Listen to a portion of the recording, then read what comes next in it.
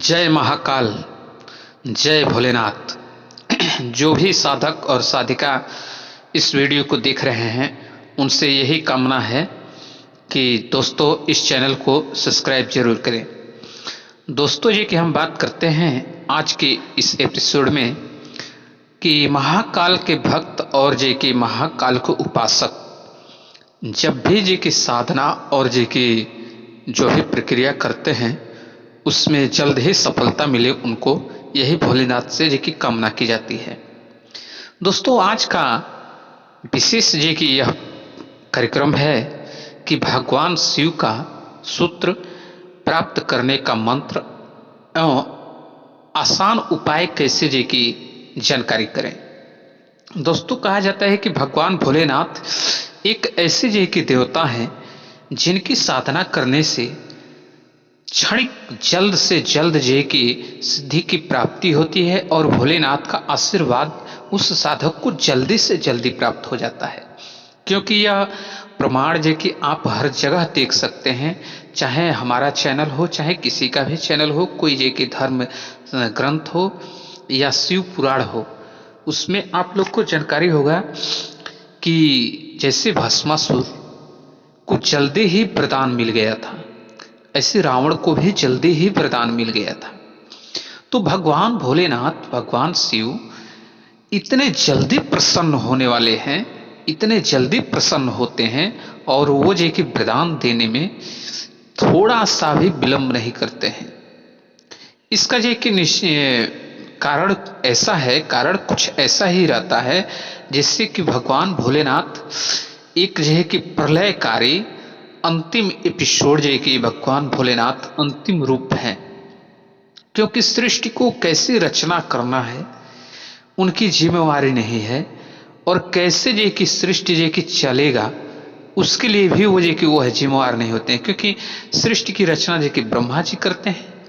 और सृष्टि की पालनहार कैसे जो कि चलती है, क्या करना है, क्या खाना क्या पीना, सारी व्यवस्था विष्णु भगवान के अंदर जो कि रहती है। और जो कि अंतिम में जब यह सब चीजें कंप्लीट हो जाती है उसके बाद से युगों का रूपांतर होता है, तो उस टाइम जो कि संहार करने की जो कि बात आती है कि इस चीज को समाप्त कैसे किया जाए। उस टाइम जो कि भगवान भोलेनाथ की जरूरत पड़ती है। तो भगवान भोलेनाथ उस टाइम जो कि संहार रूप लेते हैं और संहार जो कि करते हैं। इसीलिए भगवान भोलेनाथ को जो भी कोई जो कि साधक साधिका जो कि अपने मंत्र के द्वारा जे कि उनके मंत्र के द्वारा जे कि प्रसन्न करना चाहते हैं तो वो जे कि देर नहीं करते हैं, तुरंत प्रदान देते हैं, तुरंत जे कि उन सिद्धि प्राप्त कराते हैं। क्योंकि उन्हें जे कि पालन हारण में कोई भूमिका जे कि नहीं निभानी होती है। अगर जे कि कोई गलती से या जानबूझकर भोलेनाथ को जे कि प्रसन्न करके कोई वरदान ले लेता है तो जो कि उससे जो कि अगर अत्याचार करते हैं तो भगवान भोलेनाथ को अवसर जो कि आता है कि वो संहार जो कि करेंगे। तो दोस्तों जो कि हम इसमें जो कि बताते हैं कि भगवान भोलेनाथ को प्रसन्न जो कि आप आदि कर लेते हैं तो कितनी जो कि जल्दी और कैसे जो कि प्राप्त करेंगे और उससे क्या लाभ होगा। दोस्तों इसमें जो कि जो भी साधक साधिका इस टाइम जो कि भगवान भोलेनाथ का जो कि करते हैं, आराध्य हैं, वह जे कि सोमवार के दिन जे कि पूजा जे कि करें और जे कि सोमवार के दिन जे कि करने के साथ साथ एक सफेद आसन होना जरूरी है। भगवान भोलेनाथ के जे कि प्रसन्न करने के लिए एक सफेद आसन की जरूरत पड़ती है और उसके साथ साथ बेल पत्र इत्यादि जे कि जो भी जे कि लगाई जाती है। लेकिन मैं इसमें जे कि कुछ आपको क्या क्या जरूरत की चीजें है, कौन सी मंत्र है, यह जे कि मैं बताऊंगा। दोस्तों भोलेनाथ को प्रसन्न करने के लिए सोमवार के दिन जे कि पूजा करें और वह स्थान जे कि शिव मंदिर का होना चाहिए। रुद्राक्ष की माला होनी चाहिए और रुद्राक्ष की माला को ढकने के लिए जे कि कपड़ा होना चाहिए उसका, या नहीं मिलता है तो जे कि गमछा होना चाहिए। लेकिन कुछ न कुछ जे कि ढकने का जे कि जैसे आप माला का जे कि फेरा लगाते हैं, माला जब फिरते हैं तो वह ढक कर करे। क्योंकि किसी दूसरे का नज़र शिव मंदिर में अनेकों लोग आते जाते रहते हैं, दूसरे का उस पर ध्यान न पड़े, इस बात का विशेष ध्यान रहे। और सफ़ेद आसन होना जरूरी है, क्योंकि उस पर जो कि विशेष आपको ध्यान होने चाहिए। अगर सफ़ेद आसन जो कि नहीं है तो सफ़ेद कपड़ा उस आसन पर जरूर बिछाएं, और वह आसन अपना स्वयं का होना चाहिए, किसी से लेकर के नहीं जाना है। दूसरी बात दोस्तों जी मैं बता दूं कि भगवान भोलेनाथ को बेल पत्र जरूर चढ़ाएं, और जो कि भांग बेल पत्र और उसमें गंगा जल जो कि मिलता है तो ठीक है, नहीं तो गंगा जल आप कहीं से भी जल ले रहे हैं तो शुद्ध जल में जो कि थोड़ी सी गंगा जल मिश्रित कर दें। अगर जो कि नहीं मिल पाता है तो कच्चा दूध में जो कि थोड़ी सी पानी मिला करके उससे शुद्ध जे की हो जाती है, और जे कि वह दूध जे के चढ़ाने का प्रयास करें, क्योंकि भोलेनाथ को पूजा करने में कुछ ऐसी पदार्थ लगती है जिससे जे कि दुनिया के बहुत ऐसे प्राणी सेवा नहीं करते हैं। जैसे कि विपदा जब अंतिम चरण पे होती है, किसी के कंट्रोल की बाहर की बात है,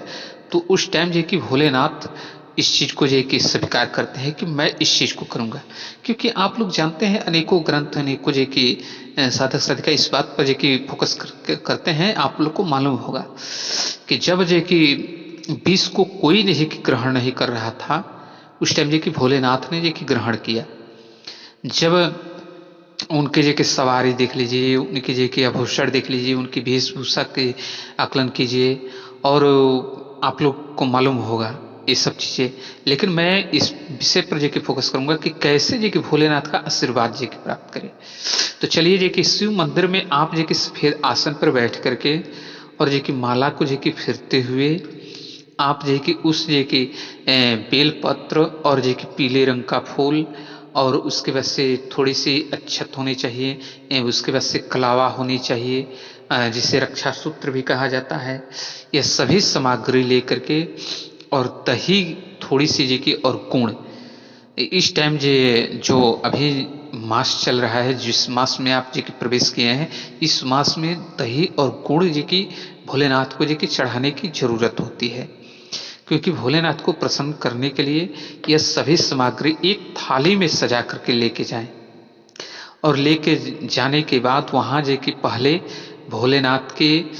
ऊपर जे कि थोड़ी सी झीकी वह मिश्रित जल हो या कच्चा दूध हो, थोड़ा सा पहले चढ़ाएं। उसके बाद से अपना आसन लगाएं, आसन लगा करके वहाँ बैठे और 108 बार उसमें माला में दाना जे की होती है, जो वह जे की 108 जे की होनी चाहिए, और 108 बार यानी कि एक बार माला को फेरते हैं। फिरने के बाद आप जे की थोड़ी सी जल, थोड़ी सी शहद नहीं मीठा, और थोड़ी सी अच्छत और सभी चीज को लेकर के और उस पे जे के शिवलिंग पे जे के चढ़ाएं। उसके बाद से फिर से 108 बार यानी कि कम से कम आपको 5 माला जो है कि फिरने की जरूरत होती है। इस मास में जो कि आप जो कि 4 बार यानी कि 8 चौक 32 बार जो कि माला इस मास में, इस महीने में जो कि आप फिरते हैं लगातार, तो जो कि आपको भगवान भोलेनाथ तुरंत जो कि प्रसन्न होते हैं। और इस टाइम में जो है कि ऐसा जो कि संभव नहीं है कि भगवान भोलेनाथ जो के सामने जो कि प्रकट होकर के लोगों को आशीर्वाद दें, प्रदान दें, क्योंकि यह कलयुग है और कलयुग में किसी भी देवी देवता का सिर्फ नाम ही एक आधार है। क्योंकि कलयुग का ही कुछ जो कि ऐसा जो कि व्यवस्था है जिसमें जो कि अत्याचार, दुष्कर्म जे की सभी चीज बढ़ने के साथ साथ जे कि कलयुग ने जे कि बताया कि हमारे युग में सिर्फ नाम ही जे कि बहुत बड़ा है। आप जे कि नमः शिवाय का जे कि 108 बार एक बार जे कि माला फिरते हैं, और जे कि ऐसे जे कि 4 बार जे कि करते हैं, तो आप जे कि 2 बार जे कि करें तो 8 चौको 32 बार जे कि हो जाएगा, है ना। एक दिन में 2 बार और जे कि एक दिन में 2 बार जे कि आप 4 सोमवार और 2 बार जे कि हर रोज जे कि माला को जे कि फिरते हैं, तो 8 चौको 32 बार जे कि माला जे कि फिर देंगे।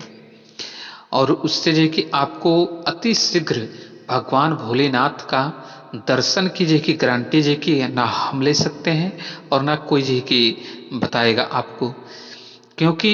इस टाइम जो है कि जो इस युग है इसमें सिर्फ नाम आधार है और नाम को लेकर के आप ये कि करते हैं तो 21 जब आप ये कि 32 बार ये कि करते हैं तो लास्ट में ये कि आपको कुछ ऐसी अनुभूति होती है जिसकी वजह से आपको यह समझ में आएगा कि भगवान भोलेनाथ प्रसन्न है। यह आपको सब चीजें दिखाई देने लगेगा कि हमारे जी की पूजा करने से हम भोलेनाथ को जी की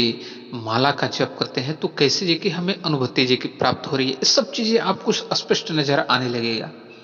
तो दोस्तों इस बात पर विशेष जी की फोकस बनाएं और इस तरीका से जी की पूजा पाठ जी की भोलेनाथ का करें। आप 32वां दिन आप ठीक जो है कि आप समझ जाएंगे, चौथा